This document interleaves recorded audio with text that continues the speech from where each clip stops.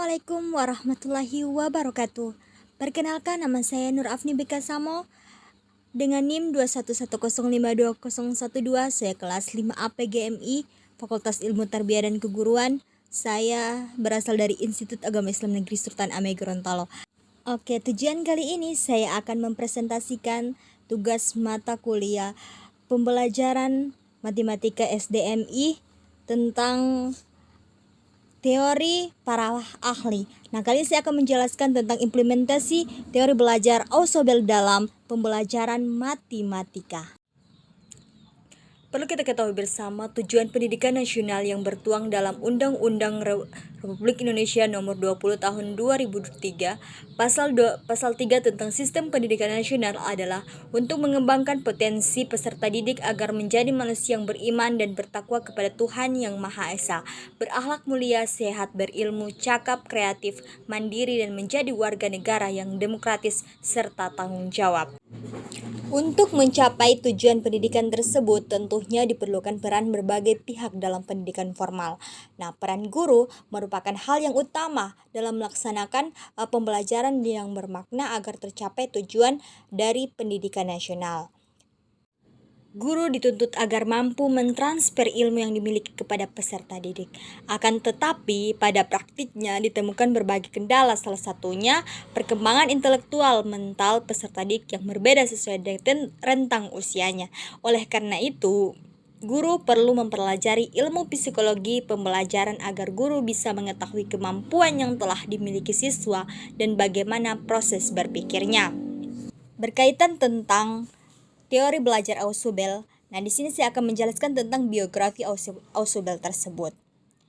David Paul Ausubel lahir pada tanggal 25 Oktober 1918 di New York. Ausubel adalah seorang psikolog yang berasal dari Amerika Serikat. Kontribusi Ausubel yang paling signifikan yaitu pada bidang psikologi pendidikan, ilmu kognitif, dan pembelajaran pendidikan sains pada pengembangan dan penelitian tentang Advanced Organizer sejak tahun 1960. David Ausubel merupakan seorang ahli psikologi pendidikan yang terkenal dengan teori belajar bermakna atau meaningful. Baik, kita akan masuk pada teori belajar Ausubel. Nah, pada teori belajar Ausubel ini menentang tentang pendapat yang mengatakan bahwa metode penemuan dianggap sebagai suatu metode mengajar yang baik karena bermakna, dan sebaliknya.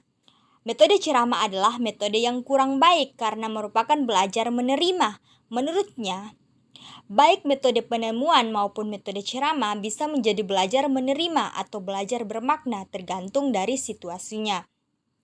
Ausubel mengutip dari Rahmawati dari 2016 mengklasifikasikan belajar dalam dua jenis, yaitu belajar bermakna atau meaningful learning, yaitu informasi atau materi pelajaran yang akan dipelajari peserta didik sesuai dengan struktur kognitif yang telah dimiliki oleh peserta didik itu sendiri.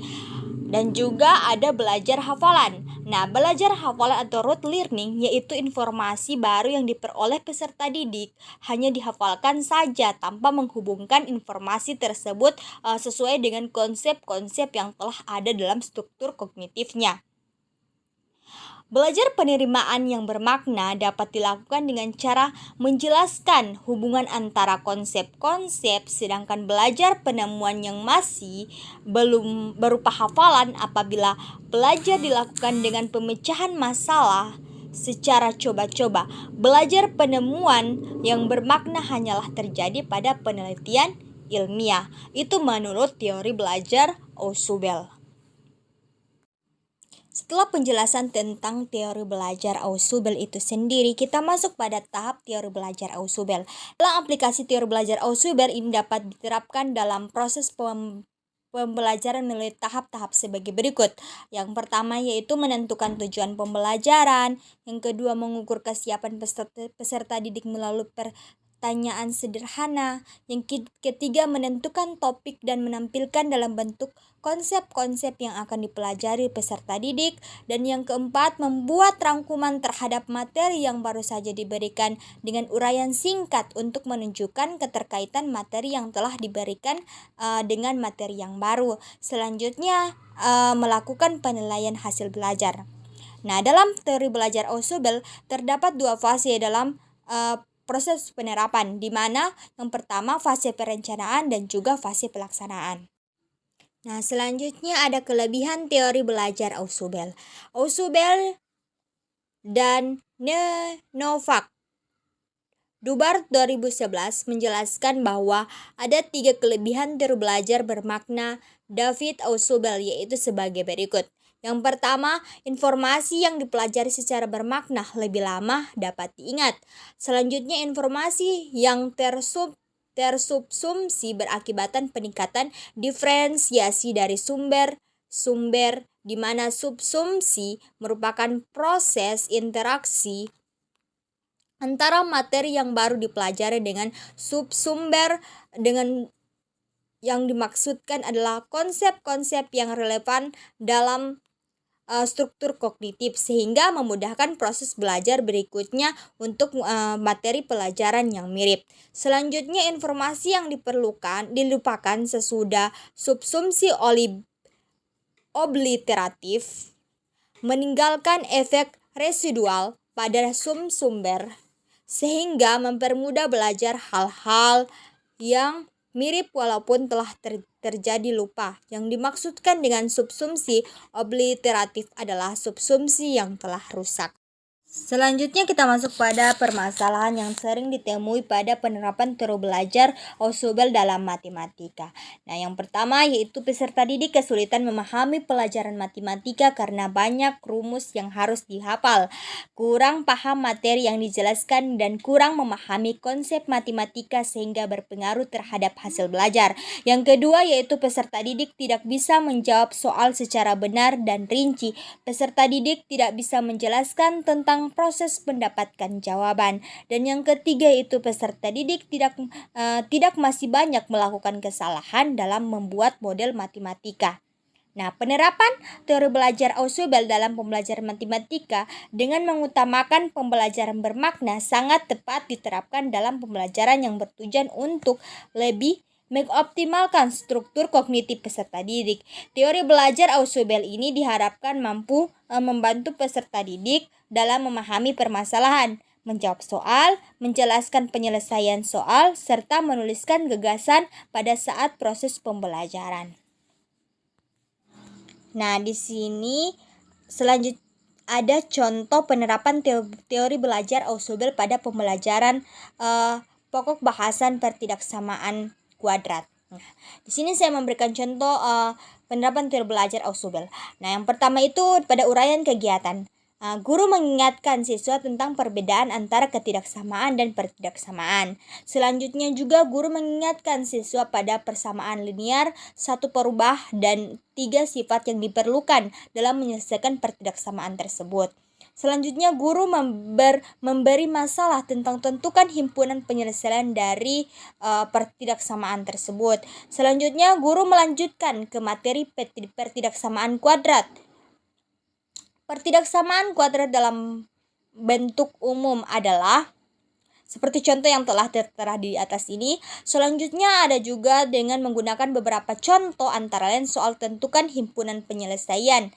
Dan juga dengan arahan guru, siswa diminta untuk dapat menyimpulkan cara yang dapat digunakan dalam menentukan tanda positif atau negatif pada garis bilangan. Selanjutnya juga untuk menentukan tanda positif atau negatif pada garis bilangan, cukup diambil salah satu titik saja pada salah satu daerah. Kemudian pada setiap pergerantian daerah tandanya berubah. Nah, di sini seperti itulah contoh penerapan teori belajar Ausubel pada pokok bahasan pertidaksamaan kuadrat. Selanjutnya saya telah menjelaskan tentang teori Ausubel. Nah, di sini saya akan memberikan kesimpulan terhadap bahasan pembelajaran matematika SNMI teori pada teori Ausubel, di mana seorang guru perlu mempelajari ilmu psikologi pembelajaran agar guru bisa mengetahui kemampuan yang telah dimiliki siswa dan bagaimana proses berpikirnya sehingga dapat menciptakan kegiatan pembelajaran sesuai dengan kondisi siswa dan tujuan pengajaran. Selanjutnya, David Ausubel merupakan seorang ahli psikologi pendidikan asal Amerika yang terkenal dengan teori belajar bermakna meaningful. Ausubel membedakan antara belajar menemukan dan juga belajar menerima. Selanjutnya, kelebihan dari menerapkan teori belajar bermakna Ausubel ini adalah informasi yang dipelajari secara bermakna lebih lama dapat diingat. Informasi yang tersubsumsi berakibatkan peningkatan diferensiasi dari subsumber-sumber, di mana subsumsi merupakan proses interaksi antara materi yang baru dipelajari dengan subsumber dan subsumber yang dimaksudkan adalah konsep-konsep yang relevan dan struktur kognitif, sehingga memudahkan proses belajar berikutnya untuk materi pelajaran yang mirip. Informasi yang dilupakan sesudah subsumsi apliteratif meninggalkan efek residual pada subsumber sehingga mempermudah belajar hal-hal yang mirip walaupun telah terjadi lupa. Selanjutnya, penerapan teori belajar Ausubel dalam pembelajaran matematika dengan mengutamakan pembelajaran bermakna sangat tepat diterapkan dalam pembelajaran yang bertujuan untuk lebih mengoptimalkan struktur kognitif pada peserta didik itu sendiri. Itulah tentang materi tentang Ausubel dari saya. Lebih dan kurangnya saya mohon maaf. Wabillahi taufiq wal hidayah. Assalamualaikum warahmatullahi wabarakatuh.